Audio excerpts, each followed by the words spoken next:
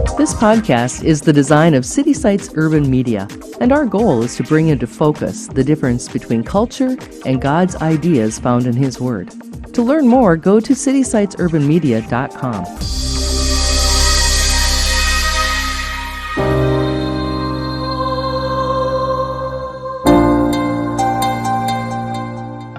If there's this attitude of love that comes from the top and just goes throughout the organization, it actually automatically instills the desire of each leader to view their own success through the lens of helping those who work for them find success. And that is the character of Christ. I've been a constant project for the Lord. I met the Lord in a real way in 1997, so I guess a little over 20 years ago. And at that time, it's like birds are going to sing and angels are going to fly. It's going to be amazing. But things sort of got worse. And I think the world started impacting me, and I was fighting it, and I would fight trying to be a believer in the marketplace and frankly, continue to make choices that non-believers make. And it was just, it's like a peeling back of the onion. It's like, Lord, can we stop now? And so up until about 2 years ago, I'm a 100-mile-an-hour guy in every area of my life.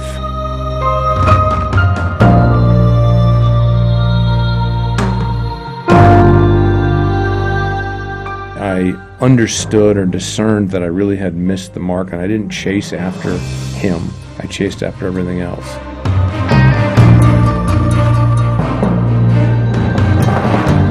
Well, when I tell my story, I do ask people to plug their stories into my story, because we're all different from our story standpoint, but we're all wired the same because we're all created by the same God. I guess what I try to do is, in the process of telling my story, is get people to understand exactly where are they. Are they running 1,000,000 miles an hour or 100 miles an hour? Are they paying attention to their spouse? Are they paying attention to things that are around them? Are they spending time with the Lord? All of those things that we think we do, that maybe we just check a box and we keep moving on, because what drives us is we got to get stuff done. We got a business to run. We got things to do. And for me, what I at least want to do is get people to slow down, listen to my story, and go, wait a minute, is that going on in my life?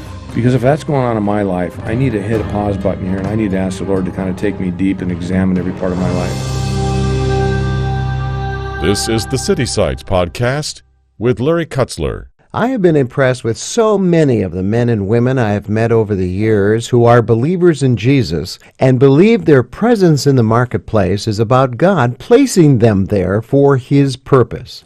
Most of the more inspiring stories of faith come out from these folks who are not surrendering to the idea that you keep your faith in your church on Sunday morning. Today I want to introduce you to one man who has had a change of heart and reflects the kind of minister of the gospel who is a businessman Monday through Friday.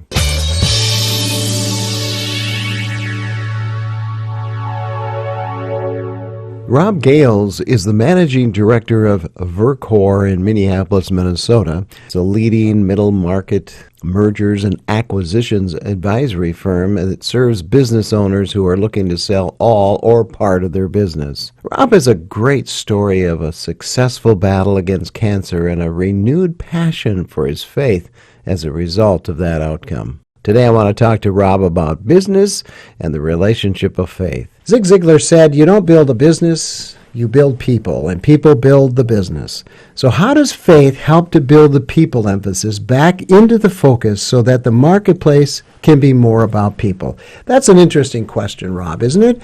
How does faith work in the marketplace? Well, I think the short answer is that it always doesn't until it does.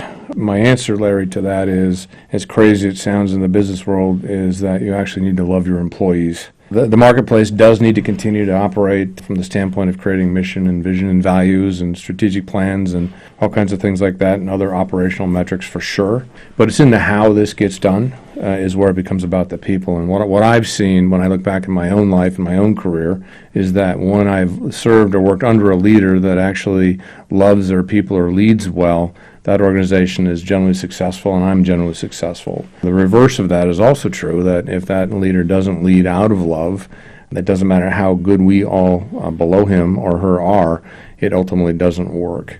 And so if there's this attitude of love that comes from the top and just goes throughout the organization, it actually automatically instills the desire of each leader to view their own success through the lens of helping those who work for them find success. And that is the character of Christ. Speaking of Zig Zigler, our mutual friend Anita Bice, a recent quote that she quoted Zig Zigler that said, when you help others get what they want, you get what you want. And that's just true, and that's the model of Christ's love. Well, that's the one thing I have a hard time understanding sometimes in the marketplace, where people say, well, don't bring your religion to work or don't wear your faith on your sleeve. Yet, it is that faith that develops the kind of character you just mentioned, the character of Christ that does care for people. I would think that every business wants that kind of atmosphere, that kind of attitude within the marketplace. Well, they do want it. I think at the core, people do want it, but they just don't take the time to figure out how to do that.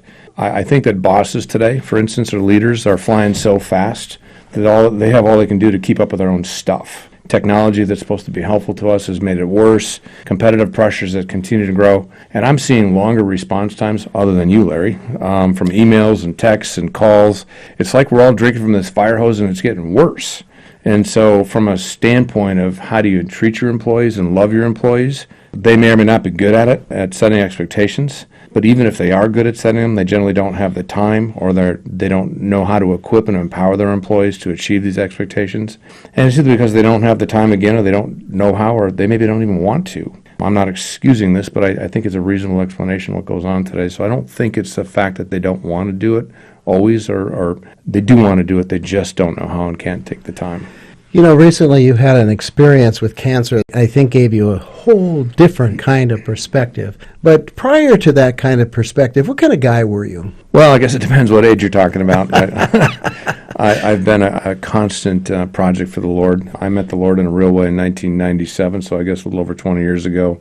And at that time, it's like, well, birds are going to sing and angels are going to fly. It's going to be amazing. But things sort of got worse. And I think the world started impacting me, and I was fighting it. And I would fight trying to be a believer in the marketplace and frankly, continue to make choices that non-believers make. And it was just, it's like a peeling back of the onion. It's like, Lord, can we stop now? And so up until about 2 years ago, I'm a 100-mile-an-hour guy in every area of my life. In business, I've had a lot of success. I've had a lot of failure. I've had a lot of health challenges. I fell out of a deer stand 20 feet backwards and broke my back. I've had late-stage Lyme disease and told that inside of a couple of years, I'm most likely going to have early onset ALS, Alzheimer's, dementia. I'm going to be in a wheelchair and I'm going to have a short life. I've had a bunch of surgeries. So up until a couple of years ago, I lived a really, really full life. Well, I would say that some of those conditions you just described, were you ever paranoid about, my goodness, how did you view yourself as far as attitude toward life? Yeah, it was always there was that constant tugging, and the tugging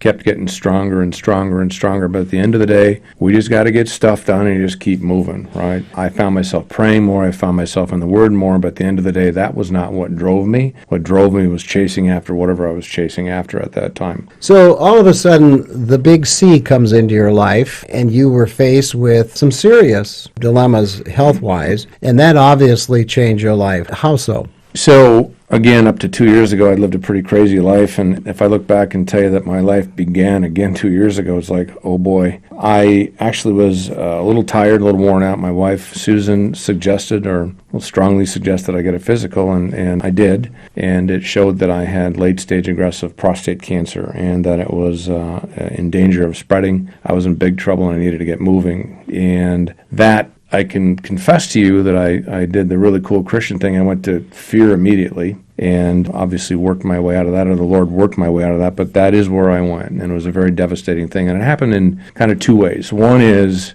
just hearing those words. And until you've been in those shoes and you hear those words, it's really hard to understand what somebody else feels like, when that happens. So that was pretty daunting. But what was really a struggle for me is in my quiet time with the Lord, it's like, what the heck is going on here, Lord? I understood or discerned that I really had missed the mark, and I didn't chase after Him. I chased after everything else. And those are the words that drive me today, because there is no money that will cover up hearing those words of how I felt at that time. And that's why I want to tell everybody what I've been through. Well, I know that it was a success story when you get to the end of the paragraph here, but I asked you earlier, what kind of guy were you most of your life? And you described that for us. What kind of guy are you today? Well, I'm still a work in progress, for sure. I wish I could tell you it was different than that, but the Lord has done a lot of work in me. And it seems like that work in me is never done. And the guy that I am today I'm aware of that, and I understand that. And that's how I approach life every day. I try to walk through life joy-filled. I try to look for the Lord in everything. I'm grateful that I'm here. And so I look at everything different, my marriage and my kids and business and everything that I do. I just look at everything differently. And I guess the word is abide is what I try to do. And I don't always do it well. But I guess the good news is that I'm constantly aware of that, and I'm constantly talking to the Lord about that, and He's constantly refining me. Rob, if you had a chance to speak to an auditorium full of business leaders, and you have something to tell them, what do you say? Well, when I tell my story, I do ask people to plug their stories into my story, because we're all different from our story standpoint, but we're all wired the same because we're all created by the same God. I guess what I try to do is, in the process of telling my story, is get people to understand exactly where are they. Are they running 1,000,000 miles an hour, 100 miles an hour? Are they paying attention to their spouse? Are they paying attention to the things that are around them? Are they spending time with the Lord? All of those things that we think we do, that maybe we just check a box and we keep moving on, because what drives us is we got to get stuff done. We got a business to run. We got things to do. And for me, what I at least want to do is get people to slow down, listen to my story, and go, wait a minute, is that going on in my life? Because if that's going on in my life, I need to hit a pause button here, and I need to ask the Lord to kind of take me deep and examine every part of my life. Now, a lot of people don't want to hear the message or don't need to hear the message. A lot of people, it doesn't impact them, but a lot of people, it does. And I'm not your Holy Spirit, and I don't have the advice on what it is you should do. I'm happy to walk with you and help you understand that and discern that. But at the end of the day, that's between you and the Lord. And if I get in front of that auditorium you're talking about, and I speak into those people's hearts, and they've all had a chance or an opportunity to discern that, then mission accomplished. So you talked about how you were kind of a guy that was 90 miles an hour, perhaps in the opposite direction than you probably should be. I said 100. Oh, okay. So you were doing 100 miles an hour, chasing after things you probably... What would your wife say about you today? Oh, I would think she would agree with all of it. And what I've really noticed is how much I didn't really pay attention to what she was experiencing along the way in spades. And I think that she would agree with everything that I'm saying. I think that she would see the change. But we have a relationship enough where she still continues to let me know when things aren't changing, and I don't like to hear that. But I take a look at the heart of what that comment is coming from, and I listen and I allow it. And what I can tell you is that I missed for years is the discernment of my wife. And the other thing I would say to that group of people in the auditorium, especially if they're men, is men, do not miss the discernment of your wife. Very wise. And I think most of us that have had some sort of change of heart realize that where I first blew it was with the ones that I love the most. And that's just the way that we are wired, I guess. So, Rob, your cancer made some great changes in your life. And you look at everything differently, your family and even your business. So you're in a business that helps other people get out of their business. In other words, sell their business. So tell us a little bit about your business and how do you approach some of your sales or your relationships with your customers? Yeah, that's a great question, Larry. I want to add to previous comment that along the way I had so many people say to me, Rob, wow, that cancer, that was such a blessing in your life. And I have to tell you that cancer is never a blessing. Sickness is never a blessing. However, it's just like any other challenge that we face in life. It's not necessarily about the challenge. It's about our response to it, and it's about God's response to that. And that is the blessing. To answer your question, my job at VERCOR, we work with middle market business owners, so call it $20 million and greater in revenues, and we work with them as they transition selling all or part of that firm, as you mentioned in the intro. And our job is to obviously do a great job and have great processes and procedures and find more buyers than anybody else, and we have a lot of experience, and we should do all of that. And to get them to a close where they have a large wire that hits the bank and they're on to their next part of life. What I've really, really come to understand painfully on behalf of a lot of people, I've had a lot of people come to me that have gone through that process and they've had an amazing outcome, and they've actually had maybe even more money at the end of the transaction than they thought. but they go to this really ugly place because in some form they have sold their identity, especially if they're a second generation, they sold dad's firm. And it causes marital issues, it causes depression, it causes all kinds of issues. And quite frankly, from a kingdom perspective, the enemy's fine. He's very fine having you have a bunch of money in your pocket and you go to this really ugly place. He's actually okay if you golf and you play a lot of tennis and you travel, because from a kingdom perspective, that person is really of no impact. And what is clear to me is that my industry, as many service industries, are notorious for not really caring about the person. We care about the transaction and the process and all that, and chasing after how much money we can stuff in your pocket. And for what I'm seeing now, what the Lord has really shifted in my life is to get very deep relationally, and our firm does that already. That is kind of a hallmark of what we do. The Lord has had me take it even deeper. I am going to ask questions. If you're a man, for instance, I'm going to ask you, how is your relationship with your wife? Are you on the same page in the transition? So many guys, including me in the past, have gone, look, I'm the business guy around here. You just stay over here. I know what I'm doing. And that's just not a good recipe. And so once I understand there's alignment in the marriage, then I'm going to ask a question about what are you going to do next. That's really important. It is amazing how many people have no idea what they're going to do next. They're going to jam through a transaction. It's going to be stressful. It's going to be emotional. You're going to get a bunch of money, and then you don't have any idea what's going to happen next. Then we'll go a little deeper into things like legacy to your school, your church, your hometown, whatever. But then let's ask the real question about purpose. All right, Matthew 6:33, seek ye first the kingdom, and all these things will be added to you. And if I can help that guy point his ship towards that, and what is your kingdom purpose today? What is the Lord telling you today? You've been a blessed person, you're an experienced person, you can have a huge impact in the kingdom, but if you get swept away, that can get taken away. And what is your purpose now, going through the transaction, and then once that transaction closes and that wire hits the bank, you're a launch, you're a force. And that's what I care about. I can't be a party to taking somebody through a transaction, putting a bunch of money in their pocket, and they go to a bad place. And I can't do that because of the words that I heard. As Rob, you missed it. And I can't let that happen to another guy. To me, that you have just described what ministry is in business. That is a quintessential description of how people should behave, not just looking for the process or the end bottom line dollar, but you really are concerned about the person. To me, that is ministry. Yeah, I agree. And I think even more so today, Larry, the church, when you take a look at the church, there's a shift going on in the church. Perhaps millennials don't want to be in a church building as much, and perhaps people don't want to go into a church building as much, and there's some shifting in churches, but that doesn't mean people stop being believers. And so when they wake up every morning and they look for their church is probably right where they are, and the ministry that takes place in the marketplace. And I believe there's a real move that's going on in the marketplace right now of ministry that's in the marketplace that is acting and looking like a church. Well, I have some friends that actually would say that business guys today are the true missionaries in a modern world. So that brings me to another point. What would you say to pastors, Christian leaders who look out on business guys and gals every Sunday morning? What would you say to those pastors about who you are in the marketplace and how important of a role you play? What would you say to them? Well, I think for starters, pastors have a really hard job. They have to wear so many hats, and they're expected to be so good at so many things. And I think the question is maybe even broader than that. A pastor that looks at his or her flock as the body of believers of all kinds of different skill sets and gifts, if he or she first embraces that, that's what needs to happen. If a pastor doesn't, and it's like, I'm running this church, I'm going to do my own thing, that would be the first question I would want to discern is this pastor open to that?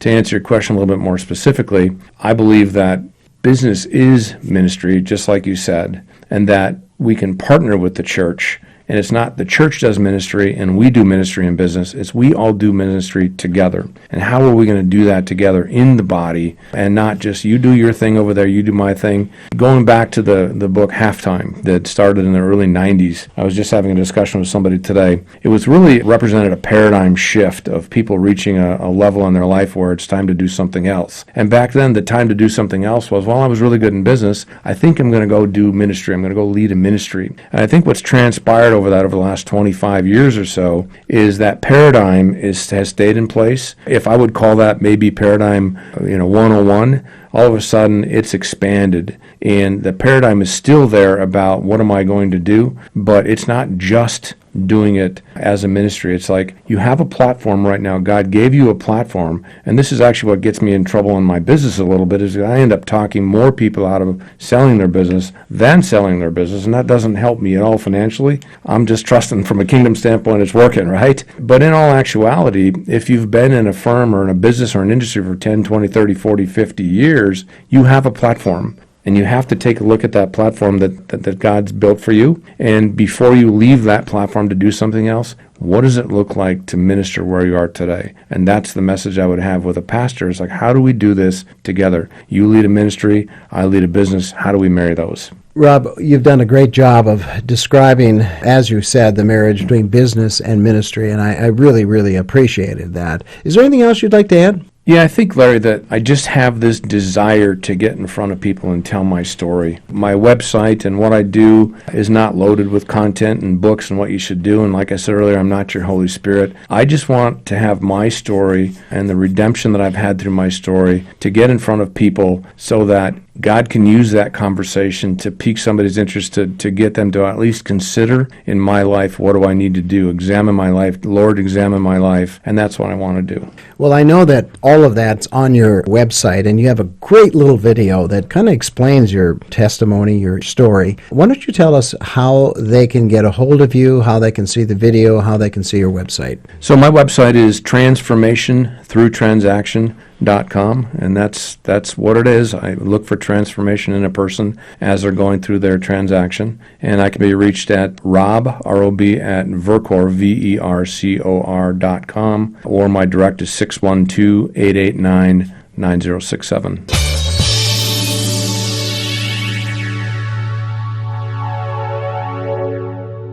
For me, in my life, ministry is the easiest when it's a part of everything I do. When my house is a part of it, when my car is a part of it, when my dog is a part of it, when my money is a part of it, when everything is a part of ministry. That's when it's the easiest, because it's not something that I think I have to do, but it's something that is what I do all the time. Thank you for joining us today. Every Friday, we bring you this podcast with interviews with people who are challenging the status quo of Christianity and challenging the cultural norms of our day. Please help us get the word out by sharing the link to this podcast with your online friends and family. Our website also contains other podcasters who are part of the City Sites network of communicators, all sharing the good news of Jesus Christ. Our website is citysitesurbanmedia.com.